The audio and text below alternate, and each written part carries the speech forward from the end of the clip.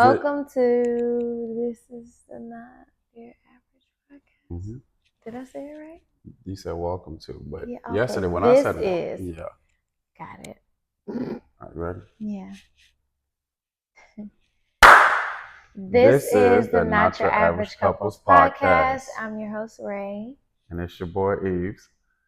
And today we're gonna talk about cooking. We're we're gonna talk about cooking because it's very easy to complain about your significant other's cooking or lack thereof. And this is a not your average couples show. So now, we're going to talk about some very not your average couples things. And one of the things that throughout our relationship, I've been the cook for real in the beginning. In the beginning, I was the cook for real. And I think I won her over. I think I won her over by just feeding her. I think she's got an inner big back. And so, I'm in there, I'm making eggs, I'm making this, I'm making that.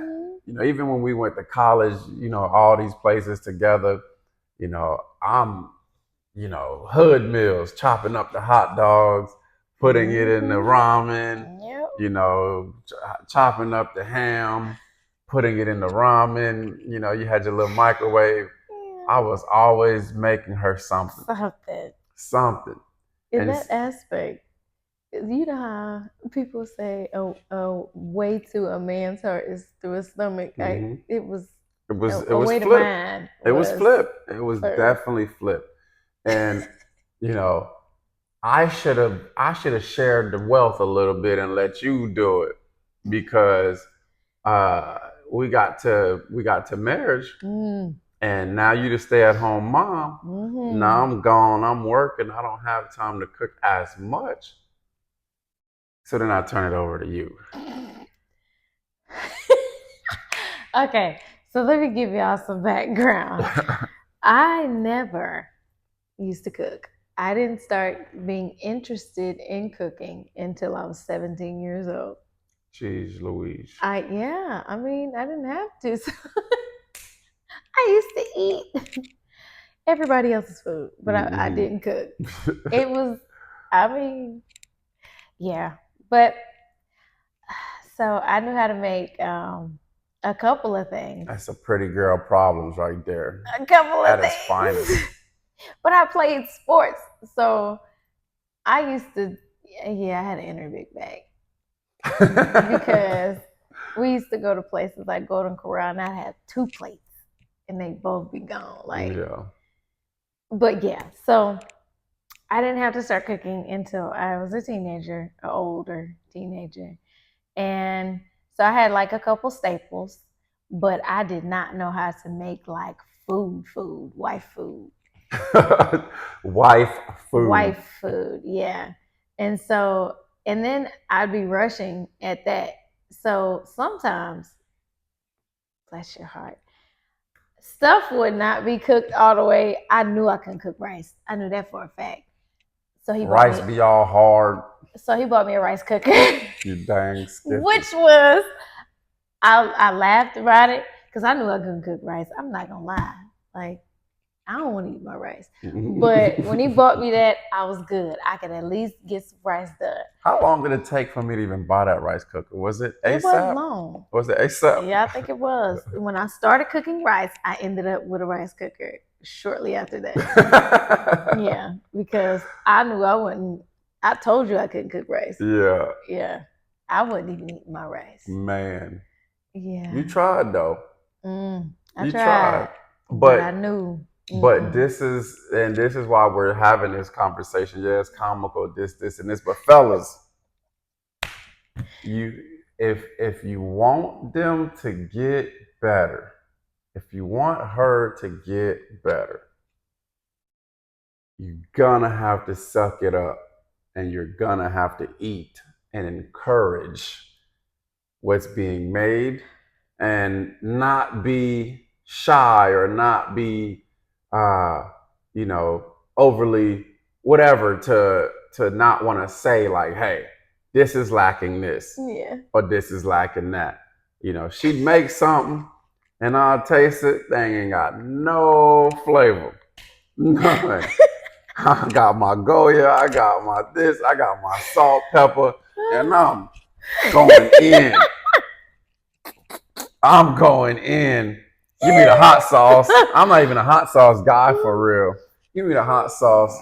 Give me the barbecue sauce, the teriyaki sauce. I'm just going in. And then I eat. And then I eat. You know, and so, but just, you know, shout out to her. You know, we get along real well. Yeah. And this only works if you're with somebody who's not overly self-conscious or insecure, because, you know, she'll take the criticism. It wasn't even really criticism. She'll take it and she'll make an adjustment. Okay, how about this? How about that? How about this? I'm also competitive. I mean, I play sports, but, you know, at the college level, so you gotta have some compete in you. But I'm competitive, so if you tell me, hey, this ain't okay, let me see, let me find me, I'll find a recipe. Like, I'm telling y'all. I mean, even when you used to follow the recipes, then it just it wasn't hitting. You gotta know how to measure. You gotta know how to this and know how to that. Sometimes I did measure. It's just I didn't find the right recipe that had enough flavor. You gotta. I mean, shoot, like I to this day I don't know what a tablespoon of this is or ounce of that. That's why I have those measurements. You do have those. But for me, I always just eyeball method. Yeah, until your soul feel happy. And at some point, I got good enough with just eyeballing. I ain't even had a taste testing them. But also, in my defense, I had to be careful with all that salt because of blood pressure. Not then. For me. I was about to say, yeah, back then it was for me because Naomi was still small, and around that time, I had to be careful with the intake of the salt and the blood pressures and all of that. But all of that to say, by enduring, you keep laughing. I'm sorry. But it's the truth. Like, it is the truth. By enduring, by eating, encouraging, you know, we sit down, we eat. I never complain. I'll be like, yo, if I tell you like this ain't got this, and this. You a manly man. Like, you listen. I ain't complaining. We gonna eat. And we ain't throwing away no food. So if it don't taste good, you got to figure it out. We gonna figure it out because we ain't wasting all this food. No, you don't play it. We are not. My mama ain't raised no food.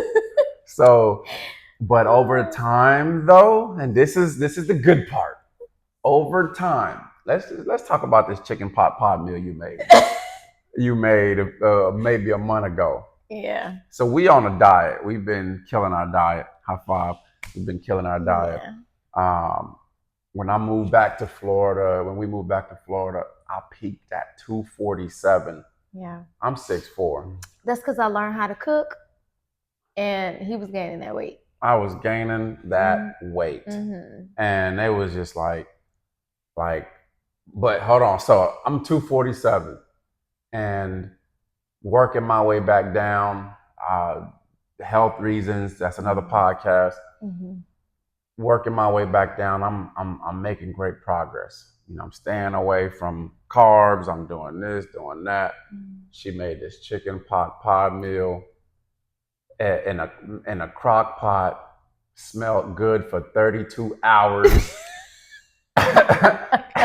And so it got to the point where when it was finally time to eat it, you know, the crock pot meal be so hot.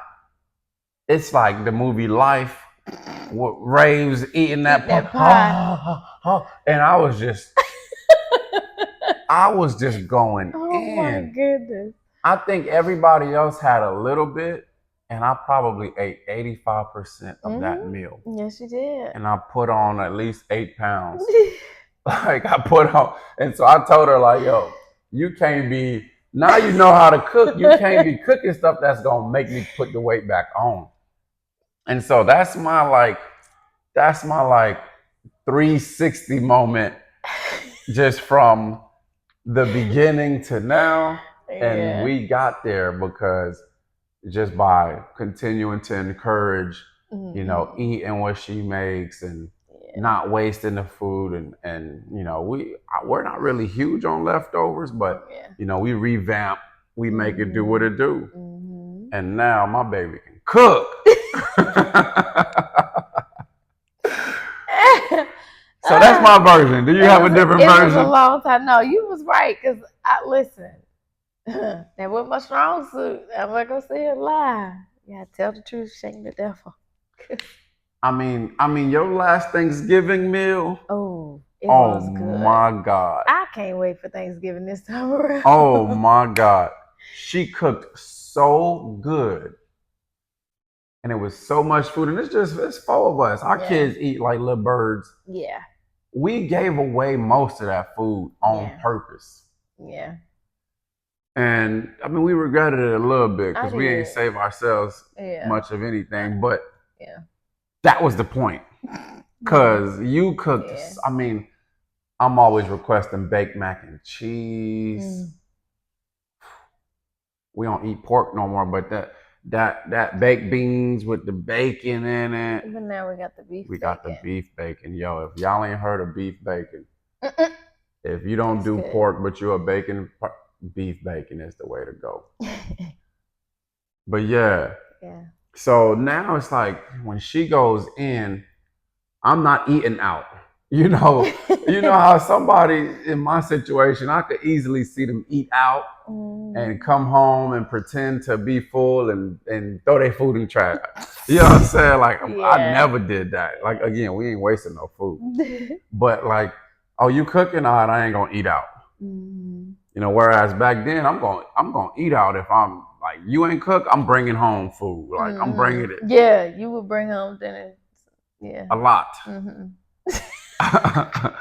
A lot. I appreciated it. You did. Because I had 2 under 2. Yeah, you had 2 under 2. It's all good. Yeah. But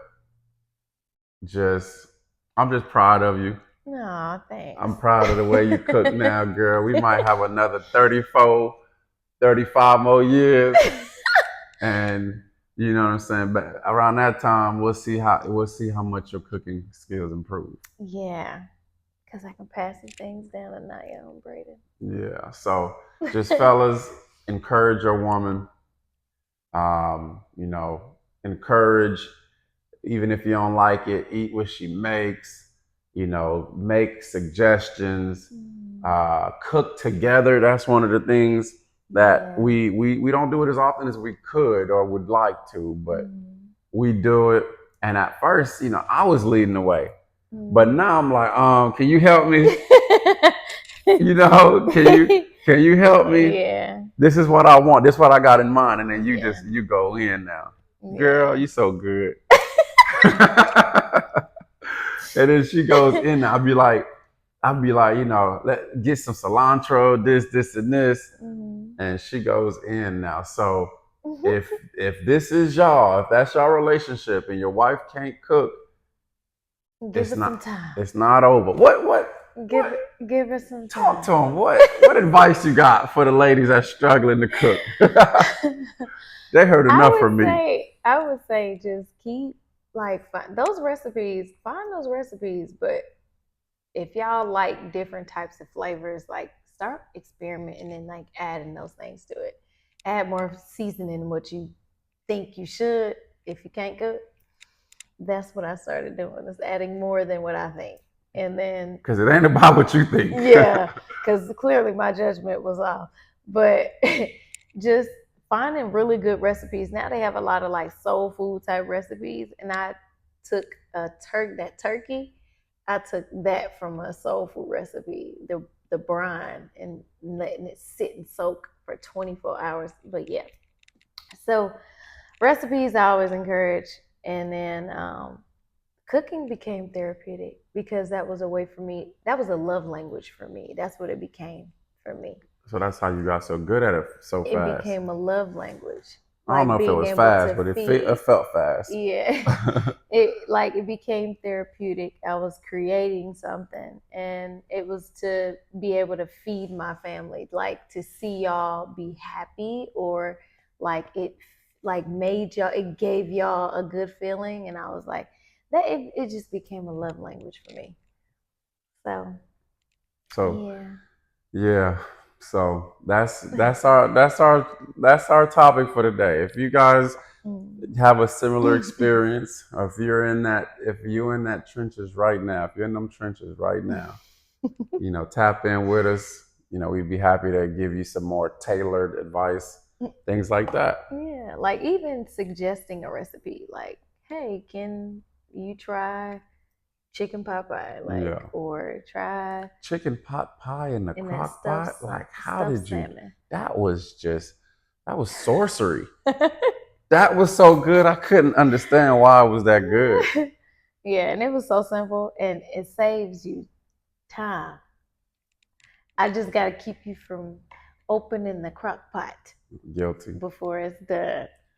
Guilty. Because you'd be smelling it all night. All night. All day. By myself. Want to go night? One crock pot. One crock pot. 2 forks. But yeah, so that's our topic. Tap in with us. We appreciate y'all hanging out. Keep it going. Keep it going. All right. All right. Like, share, subscribe, and we'll chat with y'all in the comments. Peace. Peace.